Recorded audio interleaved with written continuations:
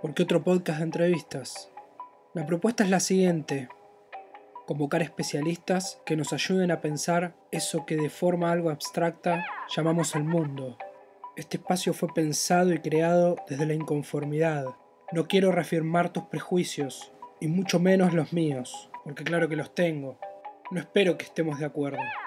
Tampoco quiero que dejes tus ideas al lado del camino. Lo único que pretendo es que las pongas en crisis, aunque sea por unos minutos. Mi nombre es Ramiro Zárate, y al fin y al cabo, no estamos solos.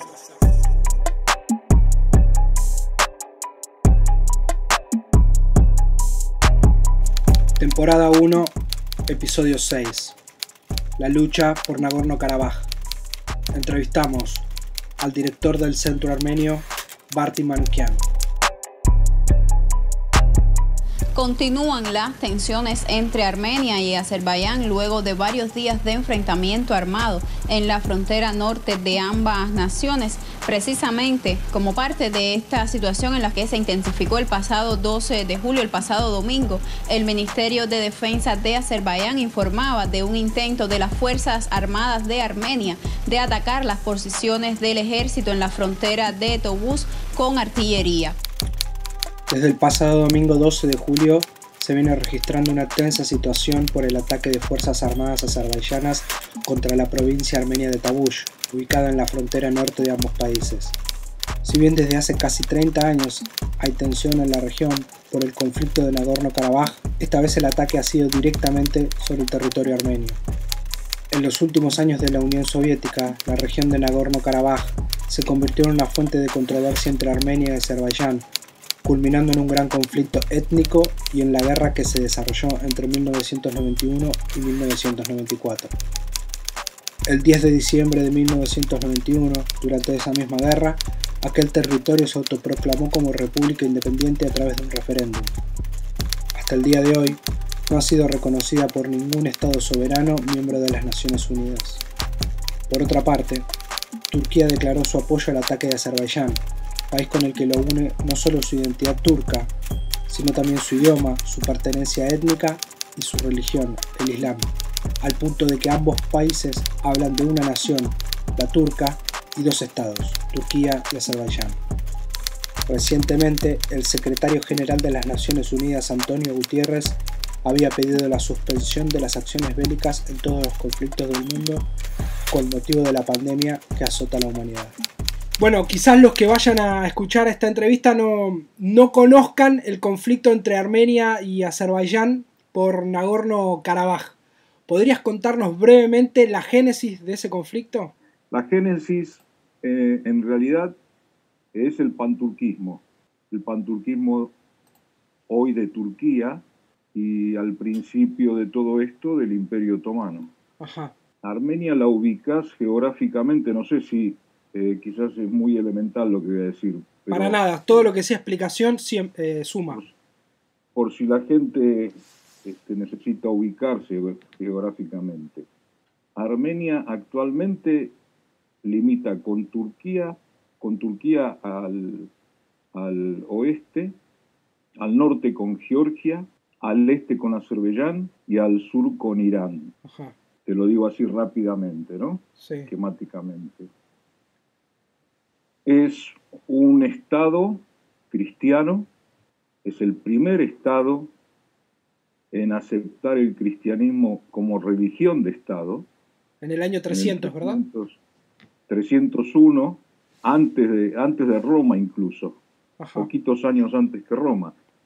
Y excepto Georgia, que coincide en la religión pero tiene otros intereses más allá de la religión, todo lo demás es islamismo, es musulmán. Ajá. Ahí podemos ubicar parte de la génesis. Otro poco del fondo del conflicto es que los armenios, por ser lo que son y por tener la historia que tienen, nunca fueron asimilados. Ajá. Nunca terminaron de ser asimilados por todos esos estados, esos pueblos, esos imperios que iban y venían en las diferentes invasiones y dominaciones.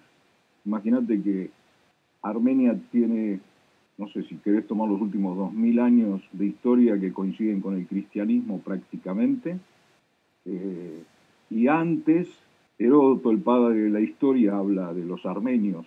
Armenia existe bajo las dominaciones persas, de Bizancio, romanas, Sí. y digamos que la última, de los últimos 1500 años, 1000 años fueron más o menos de relativa tranquilidad bajo el imperio bizantino. Ajá. Porque coincidía fundamentalmente con el tema religioso, ¿no? Y para el imperio bizantino un enemigo formidable era todo lo que fuese no cristiano musulmán. Vos sabés que en el 1004 y pico cae Constantinopla, Sí. que era una de las dos mitades en que se dividió el imperio romano. El imperio turco o el imperio otomano tiene su génesis en hordas bárbaras mongoles que vienen desde Oriente invadiendo y arrasando todo lo que encontraban a su paso, porque todo lo que encontraban era superior culturalmente, históricamente, y la única manera de dominar era arrasar. Generalmente cuando un pueblo domina a otro es porque tiene superioridad cultural, histórica, y después tiene que tener un respaldo militar para poder defender esa parada, ¿no? Bien. Pero Perfecto. es muy difícil hablar de 5000 años de historia y resumirlo en un rato. Totalmente. Entonces nosotros tenemos, esto empieza a complicarse mucho durante el Imperio Otomano, a partir del año 1750, 1780, 1790 en adelante, donde empiezan las primeras escaramuzas, empiezan las primeras persecuciones. Armenia se dedicaba a las artes y a las ciencias y a la arquitectura y a la artesanía. En una antigua capital de Armenia, Aní, por ejemplo, en Aní y sus alrededores, se hablaba que habían 1000 iglesias. Es una locura, ¿viste? Yo creo que había un grado de enajenación en la mente de los armenios un poco. y bueno, y los pueblos circundantes invasores eran mucho más prácticos, más realpolitik, había que tener dominio, había que tener poderío para controlar y para subsistir. Y bueno, en el Imperio Otomano, luego de Bizancio, se vivieron algunos siglos de tranquilidad, porque el Imperio Otomano prácticamente controla Armenia durante 6 siglos, durante 600 años. Perfecto, sí. Los últimos 100, 150 años empieza a complicarse la cosa cuando en Europa surgen algunos movimientos independencistas, nacionalistas, y todo en la zona empieza a imbuirse de esos pensamientos y de esos ideales. También en Turquía, también en el Imperio Otomano. En el Imperio Otomano surgen movimientos antimonárquicos, que es donde se termina el Imperio Otomano, y alrededor del 1009, después de la Primera Guerra Mundial, 1920, ponele 1915, se derroca el sultanato y se cambia por una república. Los armenios tuvieron una participación importante en la formación de esa república turca. Sí. Los intelectuales armenios, alrededor de 1908, que es cuando se redacta y se acepta la constitución turca, tuvieron mucho que ver. Eran casi amigos con los jóvenes turcos, que luego fueron sus verdugos. Así es. Durante el genocidio armenio, lo que se conoce como... el genocidio armenio. Bien.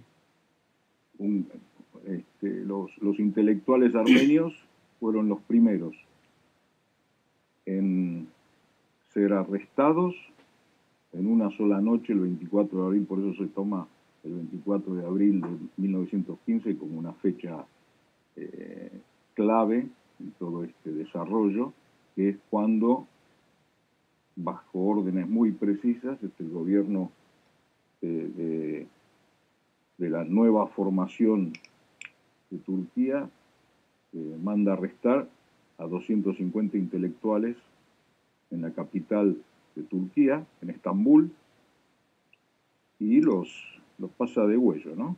En un periodo muy corto de tiempo, y luego, sin conducción nacional, el pueblo es arriado y llevado a los caminos, usurpando sus propiedades, sus casas, matando a la gente, sin ningún tipo de miramientos, y los que tuvieron suerte pudieron atravesar el desierto de Deir el-Zor hasta Siria.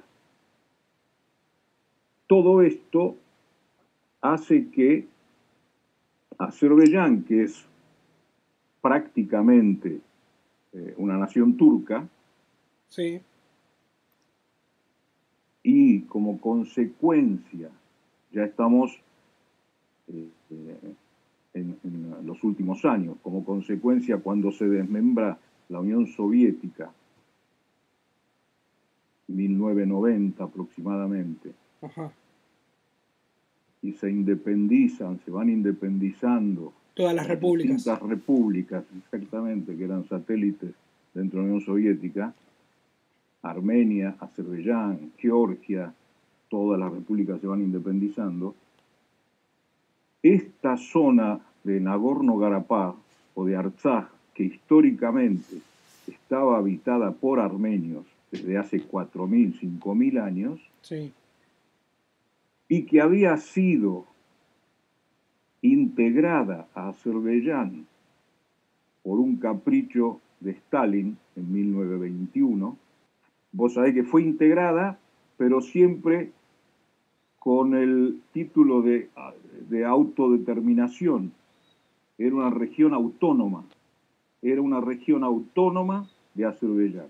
Era como un estado adentro de un estado, digamos. Exactamente, porque no se animaron nunca a que desapareciera el fondo de la nación. Y esa gente decide hacer un plebiscito donde el 98% de la población vota para independizarse, para separarse de Azerbaiyán. Ahí es donde comienza el gran conflicto que nos trae hasta hoy. Bien.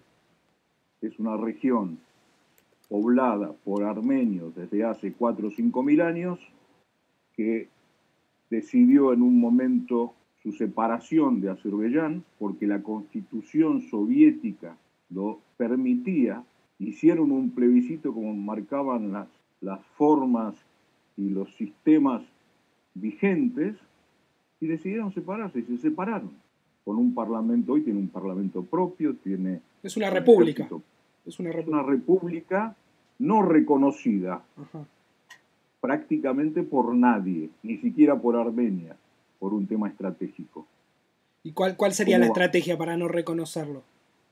Y la estrategia porque, digamos que para que Armenia, siendo un Estado totalmente independiente y que no tiene nada que ver en esta movida, porque si Armenia reconoce, ya entra en un conflicto directo con Azerbaiyán, entraría en un conflicto directo con Turquía, porque Turquía es la madre de Azerbaiyán. Ajá.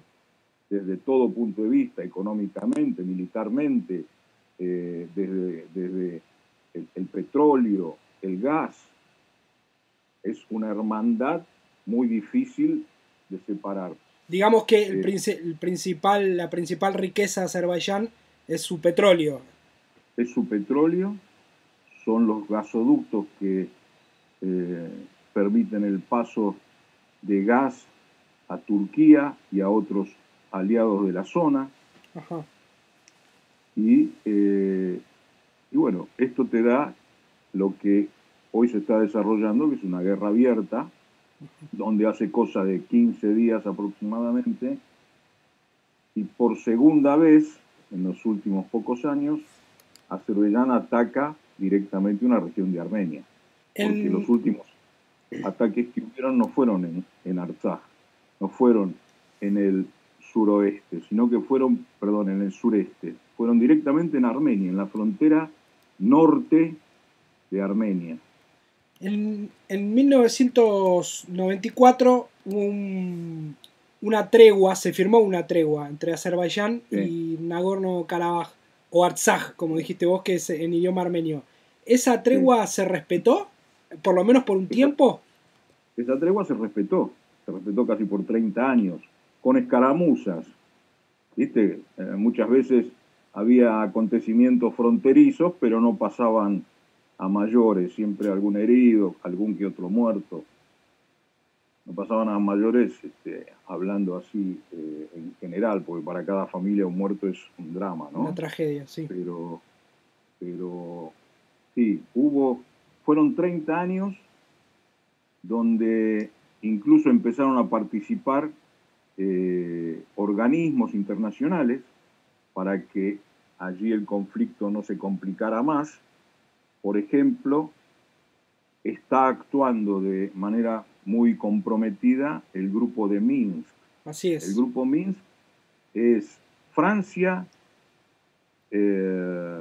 Rusia, fundamentalmente como potencias interesadas en la zona, y con la participación de Armenia y Azerbaiyán.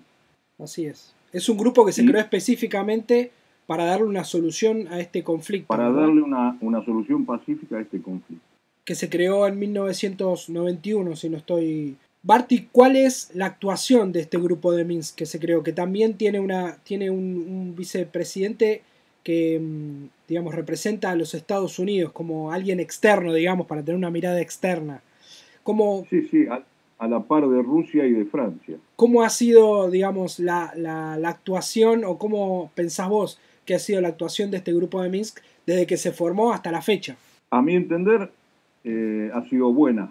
Ha sido muy buena porque consiguió de pronto que haya una relativa calma por más de 30 años, ¿no? Ahora, sin duda, a toda esta realidad vos tenés que sumarle conflictos regionales que agregan un condimento a todo esto, conflictos regionales. Turquía sigue con una política expansionista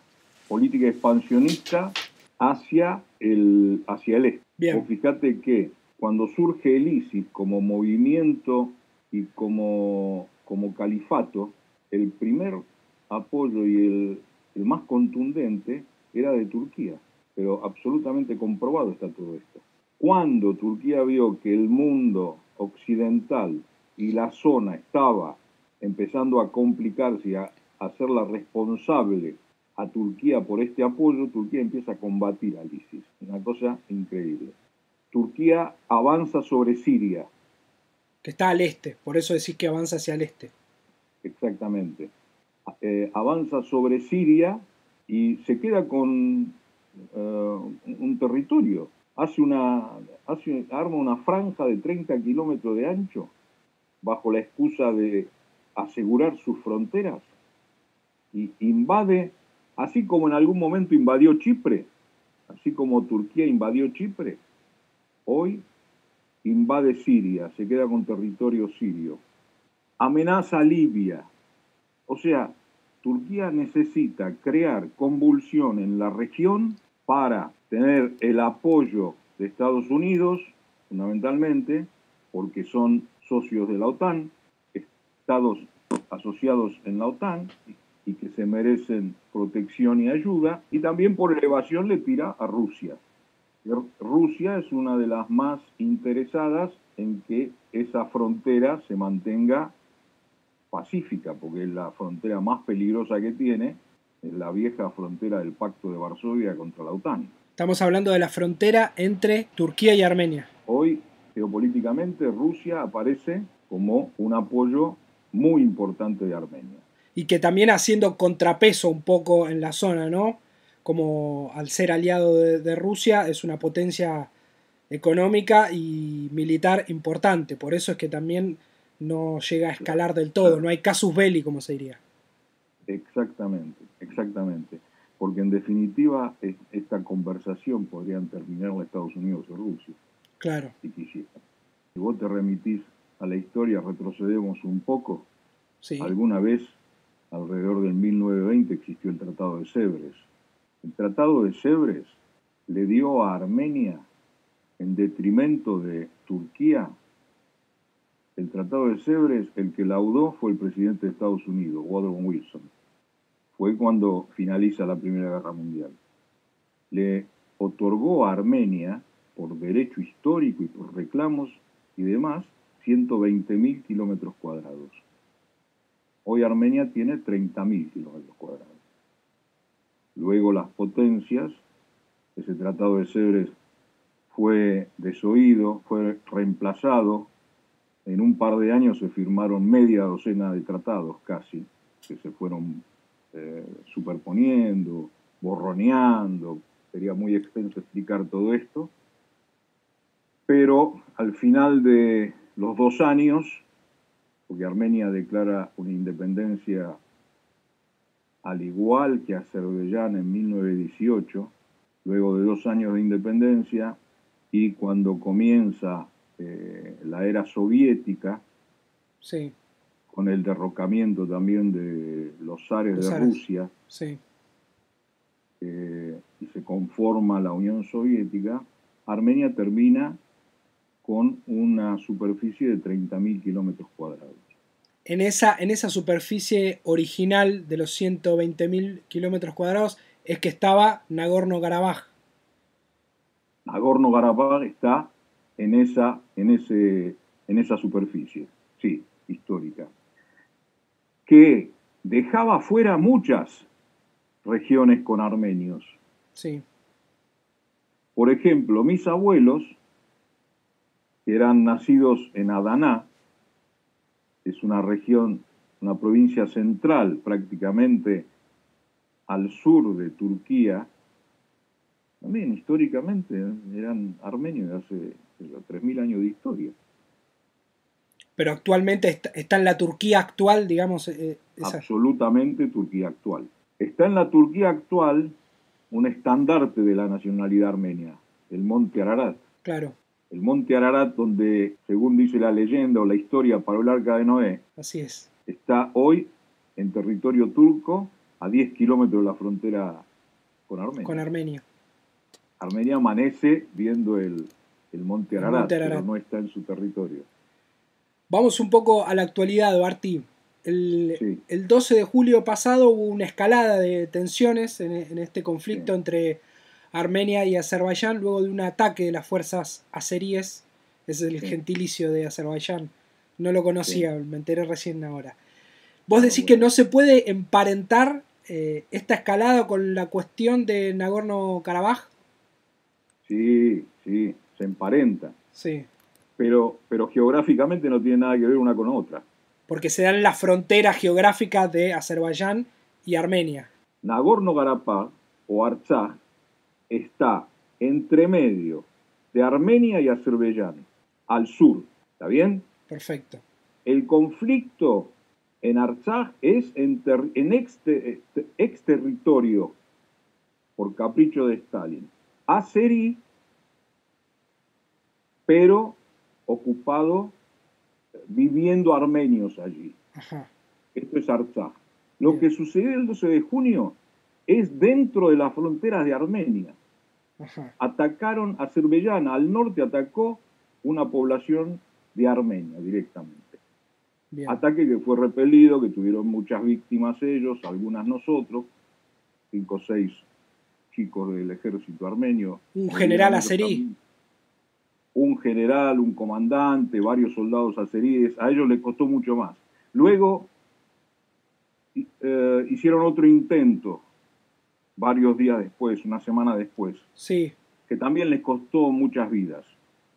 A los armenios, ninguna. Los armenios no han pasado esa frontera que está congelada por el grupo Minsk, nunca, jamás, en estos 30 años. Azerbaiyán las viola constantemente. ¿Y esta protección que tiene Azerbaiyán ¿Es por su cercanía a Turquía, porque tiene a Turquía como aliado, que también es un país importante dentro de la comunidad internacional, o por sus recursos naturales?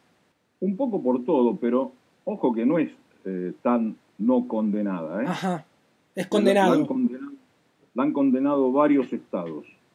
La han condenado varios estados. Algunos de manera muy jugada. Por ejemplo, ¿puedes Porque recordarnos alguna? Francia, Francia. Alemania tiene el tema entre ojo y ojo, por ejemplo. Porque Alemania, vos sabés que el tema pendiente de Armenia con Turquía, el reconocimiento del El genocidio de genocidio. 1915, Sí, es un tema conflictivo que aún sobre la negación de Turquía permanece, ¿no? sí, sí. Alemania en los últimos tiempos ha tomado una posición muy pro-armenia. En el 2017 el Congreso reconoció el genocidio armenio. Exactamente. Y lo reconoce desde una posición muy particular. Sí. Alemania era aliada de Turquía en ese momento. Y Alemania dijo, yo los vi, O sea, los vi hace autocrítica cometer. histórica, digamos. Sí, se autoinculpó en parte. Bueno, estábamos en otra cosa. Estábamos en El repudio países de la comunidad internacional a Azerbaiyán. Exactamente. Y esto es sabido, hay documentación, vos sabés que ahora formas y recursos de saber exactamente quién disparó la primera bala, si se quiere, a través de los satélites. De la tecnología. De la tecnología es muy simple de saber dónde cayeron los muertos, dónde se bombardeó, dónde cayeron los heridos. Armenia lo demostró absolutamente. Incluso le dijo a los azeríes, entren a recoger sus cadáveres. Están acá, acá, acá y acá. O sea, todo eso está documentado. O sea, no hay... es tan infantil la posición de Azerbaiyán de pretender transformar la historia, porque Azerbaiyán dice que el que atacó fue Armenia. Y está recontra comprobado que Armenia no atacó. Armenia se defendió. Como lo está haciendo hace 30 años. Barty, vos que sos una persona que sigue este conflicto, que sos parte de la diáspora armenia aquí en Argentina, ¿pensás que este conflicto va a tener alguna solución en algún momento? ¿Y qué tendría que suceder para que llegue esa solución? Y mira, la diáspora armenia como consecuencia del genocidio es sumamente importante para Armenia. Porque es la que denuncia en el mundo y reconoce el Es genocidio. la que ayuda a Armenia de alguna manera a esclarecer y a denunciar. Ajá. Armenia tiene hoy 3 millones de habitantes. La diáspora tiene 8, 9. Fíjate Sí. la proporción. Más del doble, digamos, la diáspora es más del doble que lo que hay en el propio territorio armenio. En el propio territorio. Solo Rusia tiene una comunidad de 2 millones de personas, de 2 millones de armenios. Solo Rusia. Azerbaiyán tiene 7 millones de habitantes. Prácticamente no tiene diáspora. No sufrieron un genocidio. Claro. La diáspora ayuda a esclarecer el tema. Los embajadores de Armenia tienen espacios en la prensa mundial porque tienen representación en muchos países del mundo. Las comunidades ayudan. Y algo que tiene que entender Azerbaiyán, estoy hablando de la solución, la pregunta que vos me hiciste. Sí. Porque la solución de un conflicto comienza cuando las partes se dan cuenta del equilibrio que tienen. Las partes entienden que la cosa está muy equilibrada o que la balanza se inclina a favor de uno u otro, ahí es donde empiezan a tener solución las cosas. Y Armenia está explicándole claramente a Azerbaiyán que hoy Armenia si quisiera podría tener otra actitud en la frontera de Azerbaiyán y no la está teniendo. Armenia se está quedando en el molde. La diáspora armenia se está quedando en el molde. La diáspora armenia organizó demostraciones pacíficas en muchísimos países del mundo frente a las embajadas de Azerbaiyán.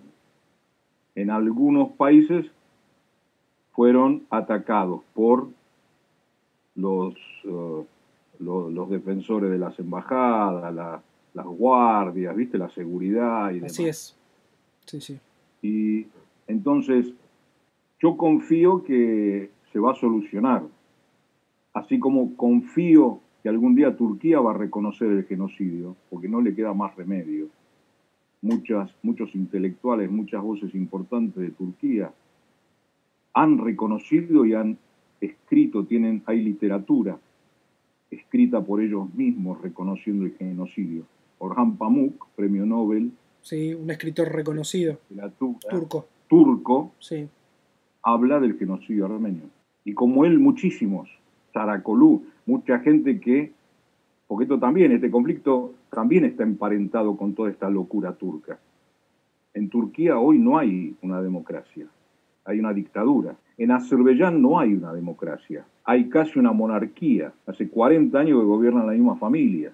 Entonces, ¿cuándo va a empezar a solucionarse esto? Primero, cuando cada Estado sea democrático, cuando Turquía sea democrático, cuando Azerbaiyán sea democrático, y empiecen a reconocer su historia, y empiecen a aceptar su historia, y empiecen a pensar formas de cómo asimilar esa historia trágica que tuvieron.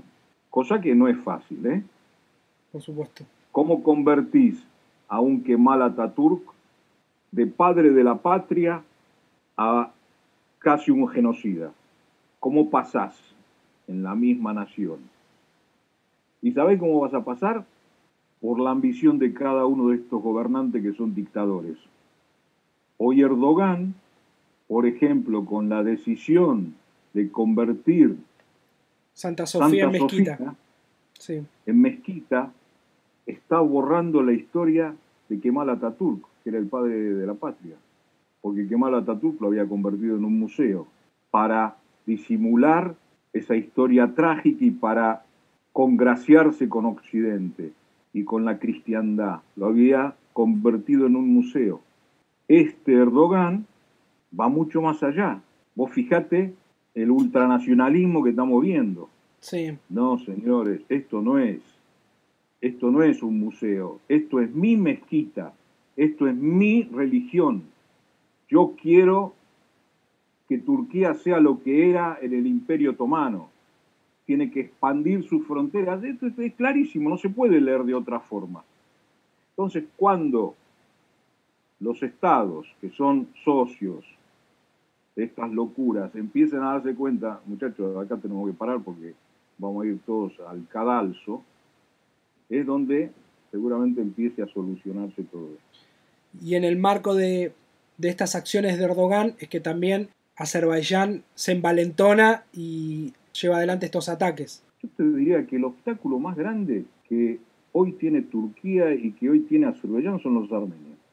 Vos fijate que ocupó Siria, hizo un desastre en Siria Turquía. Turquía chantajeó a las potencias europeas con mandarle refugiados sirios, con hacer un desastre en cada capital europea mandándole refugiados sirios. Sí, como levantando la barrera, decía, yo levanto la barrera y se van todos a Europa. Y chantajeó porque cobró plata para que no haga eso.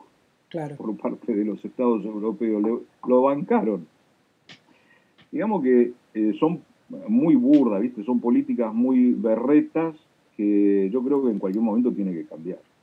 Bueno, vamos con las últimas dos. No sé si te estoy respondiendo. Me estás respondiendo todo y está muy bueno y da para seguir en algún otro momento y hacer una entrevista específica sobre el genocidio armenio. Prometo contactarme de nuevo. Las últimas dos preguntas se las hago a todos los invitados. Y esto tiene que ver con ¿qué nos recomendás vos, a mí y a las personas que estén escuchando esto, para acercarnos al conflicto entre Armenia y Azerbaiyán en torno a Nagorno-Karabaj? Un documental, un libro, una película, un sitio web, una cuenta de Instagram, lo que vos pienses que está bueno para que alguien se acerque a este conflicto. Mirá, yo te diría que cualquier sitio armenio institucionalizado es bueno. Ajá. Hay muchísimos. No vas a encontrar fact news en las fuentes armenias. Ajá. Son todas noticias verdaderas, ciertas y comprobadas. Libres de fake news están. Totalmente. Y no quiero nombrarte una particularmente porque todas las fuentes son muy buenas y si no, no persisten. Bien. No sé, la de mi institución, que es la página del Centro Armenio, por ejemplo, no vas a encontrar exclusivamente cosas del conflicto, vas a encontrar mucho de toda la comunidad, fundamentalmente de la comunidad armenia en la Argentina, que tiene más de 100 años. Vas a encontrar temas culturales, vas a encontrar noticias de otras comunidades y vas a encontrar mucho de historia armenia y de la historia de Artsaj. Bien, ¿y algún documental, alguna película que, por ejemplo, podamos ver sobre el tema? ¿Nos recomendás? Y una película que no está exactamente emparentada con el tema de Artsaj, pero, por ejemplo, La Promesa es una película que te narra los acontecimientos del siglo XX, la historia de Armenia con una crudeza impresionante. Esa la recomiendo, La Promesa. Muy bien. Y ahora sí, para cerrar la última, tiene que ver con la premisa del podcast. ¿Por qué hacer un acercamiento o por qué intentar entender el conflicto entre Azerbaiyán y Armenia es importante para entender el mundo en el que estamos viviendo? Sí, es fundamental, porque quizás de manera ilusoria, no sé, pero yo creo que la humanidad tiene que ir para adelante, tiene que ser pacífica, tiene que ser positiva, tiene que ser solidaria, tiene que conocer el pasado para no volver a cometer el error o los errores que se cometieron. No estoy hablando de una nación, ahora estoy hablando de la humanidad. La humanidad tiene que tener una actitud mucho más constructiva. Te vuelvo a decir, por ahí es muy idealista, ¿viste? Pero menos materialista, no sé. Y tengo la sensación que se está caminando para ese lado. Tengo la sensación que se está caminando. Hay líderes que se están jugando y están hablando abiertamente y concretamente de las cosas que suceden en el mundo y que no deberían suceder más.